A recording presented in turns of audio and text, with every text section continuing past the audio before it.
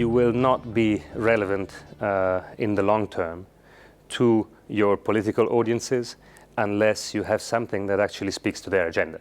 In today's world, most people, and therefore most politicians, understand that in order to do good, you also need to be successful as a company. So there is, I think, an understanding nowadays that profit and purpose have to go together. At the same time, I would distinguish between two categories of approaches in terms of brand purpose. The first is essentially about PR.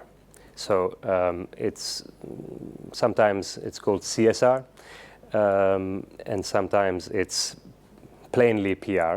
But these are cases where a company finds a cause that has some immediate interest and where it can clearly do something good, but it is not ultimately embedded in the company's operations and in its core business strategy.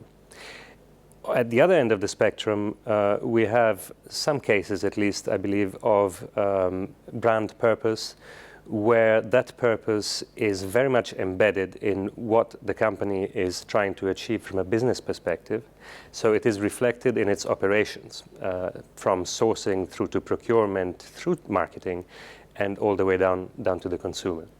And those are the cases that I think going forward will be more and more successful, and that will be the benchmark against which brand purpose will be judged. It's not only about articulating the purpose, it's also about bringing into the organisation ideas from the outside, which will further nurture that inner purpose, if you like. So it's a two-way thing between the organisation and society, and it's also an intellectual thinking, ideas, and also emotional thing within the company. So I think purpose is massively important. And it can only be driven from the top by a CEO or a senior executive team that wants to empower the people who work in the organisation to think in the same kind of open, welcoming way where new ideas and new values and new thoughts are part of creating the future of the organisation.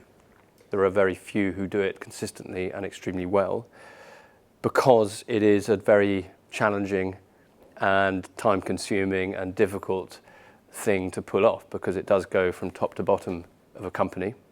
It requires you to join up functions which are traditionally siloed, whether that is advertising, consumer marketing, corporate communications, and I dare say public affairs, but also employee engagement, because they need to all have a consistent, uniform view of what the corporate purpose is, in a way that makes sense not just to that group internally and to your customer or your consumer, but to society writ large. Modern communications means that we're all on, connected 24/7. Social media means that you can create communities and engage with policymakers, companies, whoever it may be, instantly.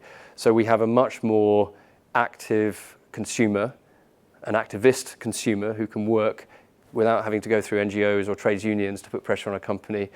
They can work through that medium in a way which even only 10 years ago was almost unheard of. So it's a very different operating environment for companies now, and that has forced some to take that more public-minded, if you want, approach to their social responsibility, rather than view it as an add-on.